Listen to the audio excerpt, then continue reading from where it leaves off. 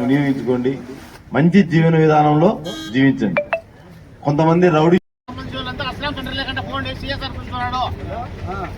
Meeting ఉంటుంది.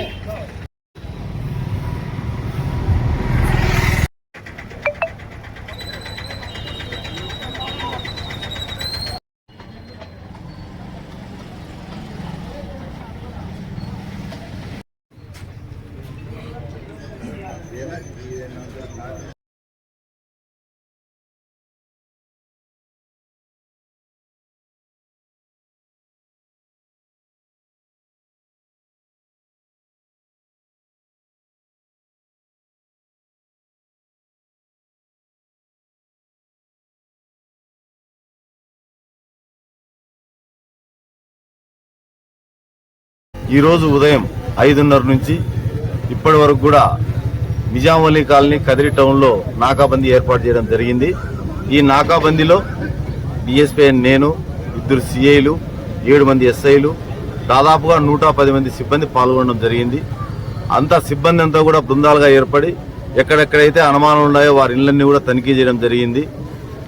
దీని యొక్క ప్రధాన ఉద్దేశం ఏమంటే, మనం కదిరిలో గంజాయి కట్టడికి ఆల్రెడీ కొన్ని చర్యలు తీసుకుంటున్నాం. గంజాయి కట్టడిలో భాగంగానే ఈరోజు ఈ నిజాంవలి కాలనీలో చాలా అనుమానాస్పద ప్రాంతాల్లో సోదా చేయడం జరిగింది. ఈ సోదాల్లో భాగంగా సుమారు 65 వెహికల్స్, రికార్డు లేని 2 వీలర్స్, 15 ఆటోలు, ఒక ట్రాక్టర్ కూడా సీజ్ చేయడం జరిగింది. ఆ రికార్డ్స్ అన్ని కూడా వెరిఫై చేయడం జరుగుతుంది.